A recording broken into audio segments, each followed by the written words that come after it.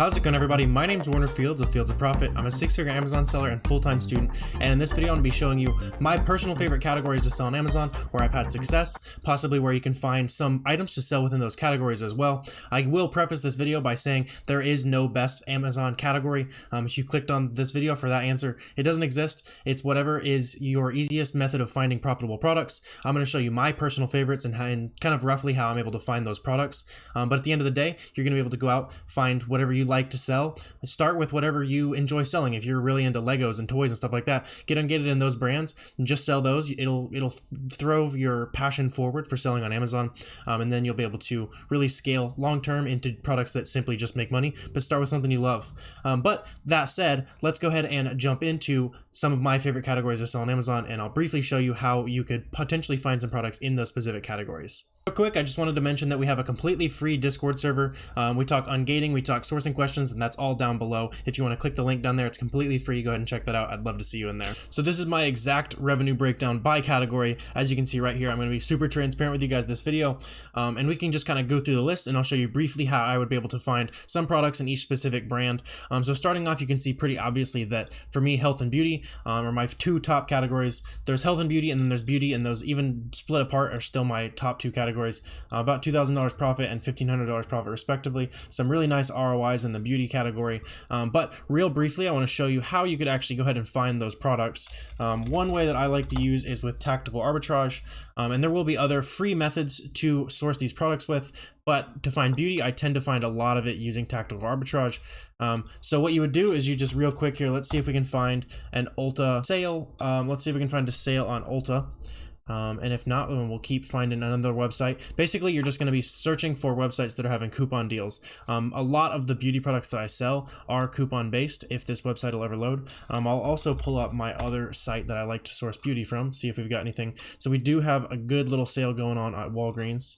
It looks like we're looking at buy two, get the third free at Walgreens. So at this point, I would go ahead and grab this one. Looks like Ulta decided to crap out on me over here. But we'll go ahead and go over to tactical arbitrage. We'll punch in Walgreens. Let's see if there's any more coupons over here as well. And the way that you can do that is just going ahead and plugging in a couple of these items into your cart. It's really bugging out on me right now, so I will skip that step just to keep this video from being a million minutes long.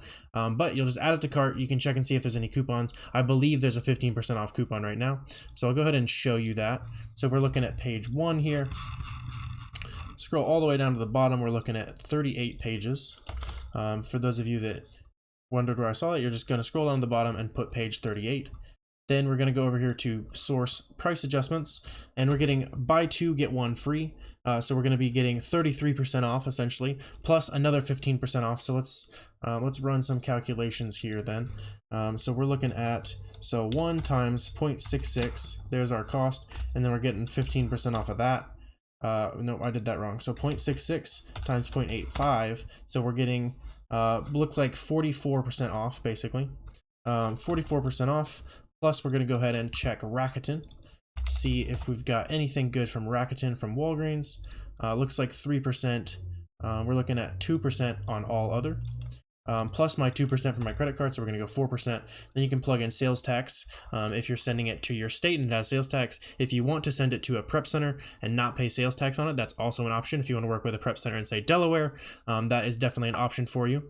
But after that, you would just go ahead and click search, and just like that, it's going to be running tons of searches for you, see if it's anything profitable. Looks like it sent it to my queue, but eventually I'll be able to get through that data and see if we can find something profitable there.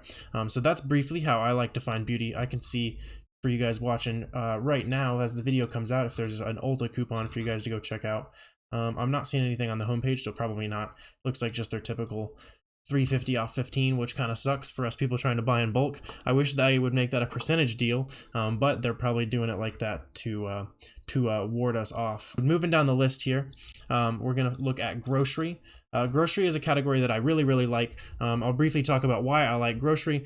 Generally, those Kiva charts tend to show really consistently stable prices. That's what you really want. You want consistency in your Amazon business.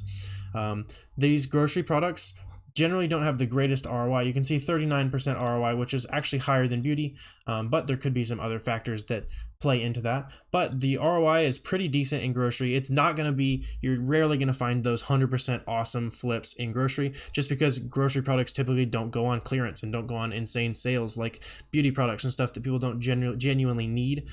Grocery is a necessity, so people are always going to be very consistently buying that, which then means that those sales are going to be very consistent on Amazon.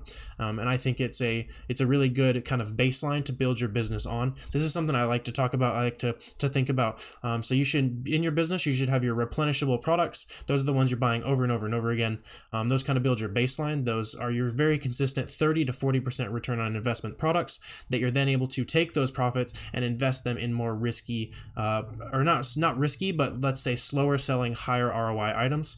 And then your baseline is still just going to continue rolling along, cash flowing those items that you're finding that are those really, really good flips that are coupon based or they're clearance based and that kind of stuff. But you really want to have a baseline in your business so that you have a business, right? You're not just flipping clearance items. But real quickly here, I'll show you how I would find grocery products. And this method actually does not require any sourcing software. So we can actually go to, let's just go to a great value mustard. Does that exist? Let's see. But yeah, it looks like it does. So basically we're just going to be looking at, if you've watched my videos before, I'm sure you're familiar with this reverse sourcing method, but this is how I honestly find most of my grocery items, is just by checking out the storefronts on these great value items, these storefronts that you know have to be selling RA or online arbitrage products that's flipped from Walmart and Target onto Amazon. If you're not familiar with those business models. And at this point, you're going to go over to their storefront, and a lot of their stuff is probably going to be retail arbitrage and online arbitrage. And within that, a lot of those products are going to be grocery. Now that I say that, this person has almost no grocery on here, naturally. But generally, this is where I find a ton of my grocery replenishables. Just scrolling through here. Naturally, my point is not proven. So here we've got, this looks like fish food or something like that. But the principle still holds. A lot of my grocery replenishables come from this method, because a lot of great grocery replenishables would get snatched up pretty quick by a tactical arbitrage or any other sourcing software like that. So like this one could be interesting here. Let's see what we've got. We're going to take this reference ID out because we were storefront stocking. We want to see the whole listing. That's just up here in the URL. If you take everything past REF out, this looks like it could be something potentially. Looks like we've got 27 sellers on it. It's not sold by the brand. So at this point, I would just go ahead and look this up. Meat Church Holy Rub. That's kind of funny branding. I like the branding on this one. It looks like, I bet these are all $10 a bottle. So there's probably not going to be a lot of profit, since I think this was going for 40 or something like that. So 44. So yeah, if we're paying $30 for everything, this is at break even. It looks like it used to be decently profitable when it was here at like 55. But you can see if you were selling this product back, let's say right here, you can see that this would have been a pretty nice grocery replenishable. Here for a little bit, for maybe 2 months, it would have been a decent little replenishable for you. Not an insane ROI, again, like I talked about, but it would have helped you build that baseline over that 2 months or so that it would have been selling. So you're just going to kind of see what the algorithms cannot see, what tactical arbitrage can't see what all those other sourcing softwares can't see. This one actually could be interesting. Let me check this one out, see if I can get you guys a decent lead off of this one. But the benefit of doing this reverse sourcing is that you're going to be able to see through those multi-packs and see through the bundles that are really common in grocery. Lots of my grocery replenishables are packs of 2 or 2 different things bundled together. A really famous example, a really popular ASIN, I guess I should say, not famous necessarily, is a cake mix and an icing listing. It sells super fast. It's like a Betty Crocker icing and cake mix. So you could think about that as if you wanted to potentially create a bundle listing, that could be awesome. If you want to go down the road of creating a bundle listing, personally, I've never done this, because when I do start making bundle listings, I would recommend bundling it with a private label accessory of some kind. So there's an example that I compete with on a wholesale SKU where they are selling on the listing that I'm on. It's a flashlight, and they're also selling on their own separate listing with their own separate branded charging brick that goes with the flashlight. And so no one but them can sell on that listing. So if you wanted to do, let's say, peanut butter, you could bundle maybe 3 jars of peanut butter with your own private labeled spoon, then no one else would have access to be on that listing. So that is how I think you should think about bundling in the long term. But that's just a little tangent that I went on for bundling. That's something that I've been playing with doing here pretty soon. But I took that reference ID out, and it looks like this one is not profitable. But that is genuinely how I find a ton of my grocery replenishables, is with doing this reverse sourcing method. I think it's super, super powerful. We're also going down here to books. I don't do a ton of books anymore. I won't get into this a lot. I personally still buy textbooks. I live in a college town. I'm a college student myself. I have friends that I buy books from. I can post some ads on Facebook and stuff like that to actually find textbooks that students are wanting to sell. That can be pretty lucrative, because a lot of times the students don't really know what they have on their hands, or they're just wanting to get rid of it, get some quick cash. That's where we can come in. We can generally offer them more than the bookstores are offering them, and all kinds of it's a good mutual relationship. Make sure you're maybe make a business card of some kind so that students can refer you to other students, give them your number, that kind of stuff. That can really go far as building a long-term system to source textbooks if you want to go down that route. I still do a little bit of textbooks, even though I'm mostly OA and wholesale at this point, just because the margins are so insane. This was over the last month, so it was mostly textbooks that we're selling. You can see I sold only 84 units of books, but the revenue was about $3,000, which is pretty high ASP, average sale price for books. And it looks like I was looking at over a 100% ROI, which is super awesome. You love to see that coming from books. And then going down the line, we've got apparel. That's been coming up for me. I've been selling a good amount of shoes and apparel lately. Shoes is right here. Automotive parts, I can't honestly think of what this is. It's probably just some product that is like labeled in the wrong category or something. I honestly don't know what that is. Toys, this is coming from some Walmart clearance that I did a while back. You guys might remember those Walmart clearance videos I did. But coming up here pretty soon, toys are going to be super, super hot.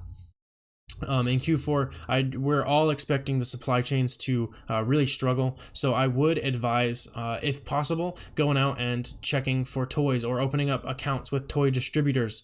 Really doing anything you can to get some toys in stock them super deep, and get ready for the apocalypse of the supply chain coming up here pretty soon, and get ready to really take advantage of that. I think that could be a pretty awesome opportunity coming up, and I'm really looking forward to the bolos and all that kind of stuff that's going to come out in the toys category.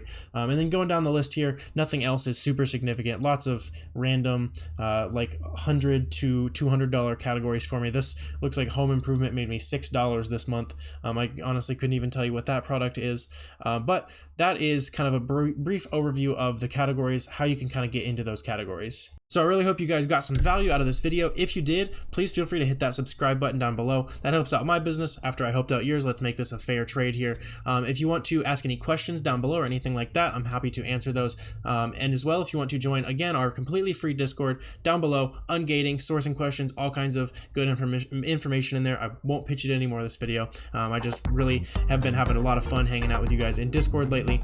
But I really appreciate you guys watching, and I will see you next video.